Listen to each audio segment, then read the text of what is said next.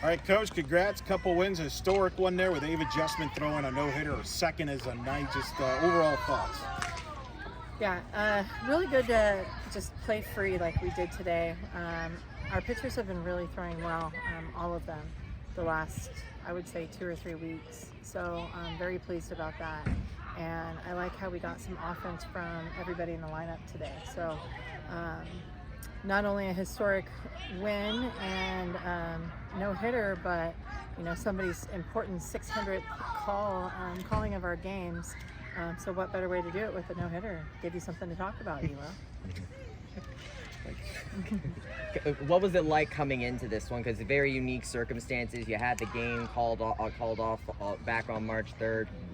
Many weeks later, coming back, Aubrey coming with a runner on second. Have you ever had a situation like that happen before? I have never played in a game like that. So it was so cool how prepared we were, because we saved all of our documents from the game in a folder.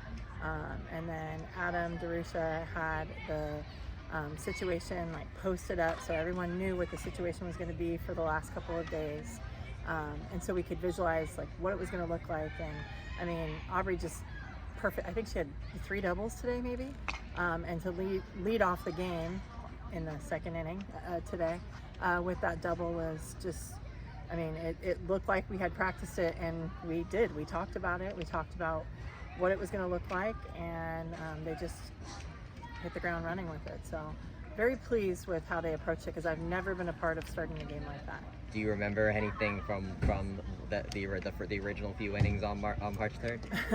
52 days ago. I forget a lot in that amount of days, but no, Sammy Del Hoyo reminded me that the catcher threw her out when she was stealing, and I was like, oh, I don't even remember that, because I think Sammy's so fast, I don't know who could throw her out, but they did.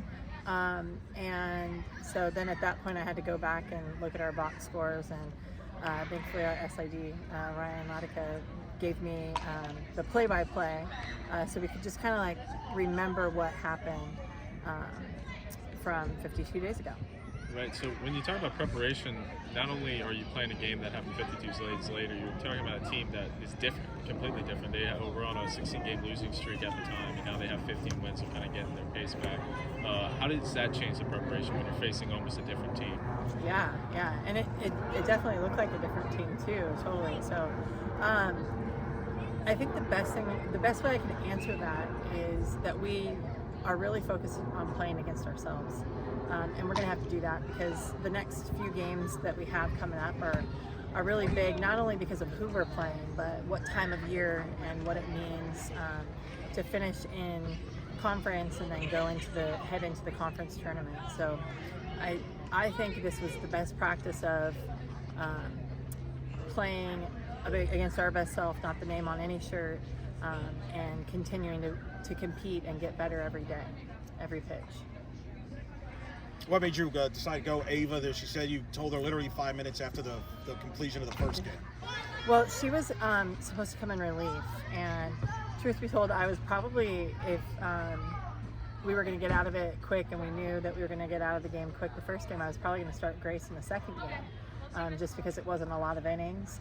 But then I felt like she threw enough pitches, I didn't want to rest her for 35 minutes and then bring her back again. So at that point, I thought it was a good idea to just kind of forego Ava coming in at the end and starting that game, because she had already gotten hot, and why not use her when she was working her stuff in the bullpen, and she's been looking really good in practice live against hitters, and so it was her time.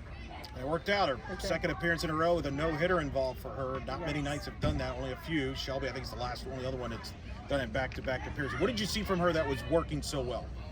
Yeah, what I really like about what she's done and what she's working on is being able to throw to both sides of the plate. As a lefty, that's so difficult to hit, because usually people just talk about the lefty movement coming into a righty or going away to a lefty, but now she's really dominating that other side of the plate as well. So you can't cheat it, and when that happens, look out. And then her off speed was on today, so that makes my job as a pitch caller a little bit simpler. You had 3 of your players walk away with the Swords Awards. Last night, Jada Cody, of course, won getting Women's Scholar Athlete of the Year with her Order of Pegasus. Considering this is her senior year, what has it meant to have Jade on this team and get a chance to see her honored like that? Not just for just everything she's done here at UCF, Yeah. on field and otherwise. Well, there was quite a few seniors that got selected for some awards, whether they were nominees or won the awards. And I think that just really speaks to the competition within our athletic department, which is so amazing. But then the fact that they were nominated, and there's so many different seniors that were nominated, it's pretty cool as a coach to say that, you know, you kind of think that you've done some things right because you've recruited great people, and then we've done some and played some really good softball along the way.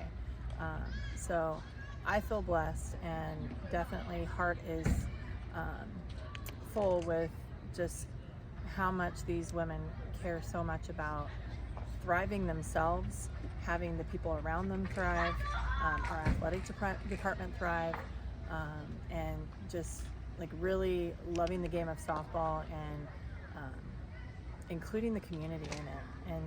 And that's, you can't find that, all those pieces and how competitive they are, really rare to find. So I feel blessed.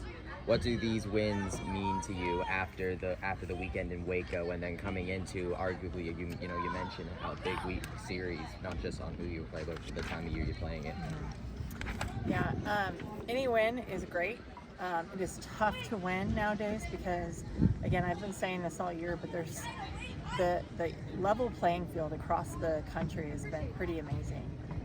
Anybody can beat anyone at any given day, and I've said that ever since I played, but like it has truly shown this year in our game. And so you take wins when you can get them because it's really tough to win, and that showed this past weekend. I thought we played some really good ball. We had, tying run, winning run, go ahead run, all of those things on base for us, and we just didn't get the clutch hit when we needed it, and we squared some balls up and they made some really great plays on us. So again, we've been on the other side where those things have dropped, and we've ended up winning the game, and right now we're still we have to keep pushing through. So again, winning is important, and yeah, to have that momentum going into this weekend is going to be huge.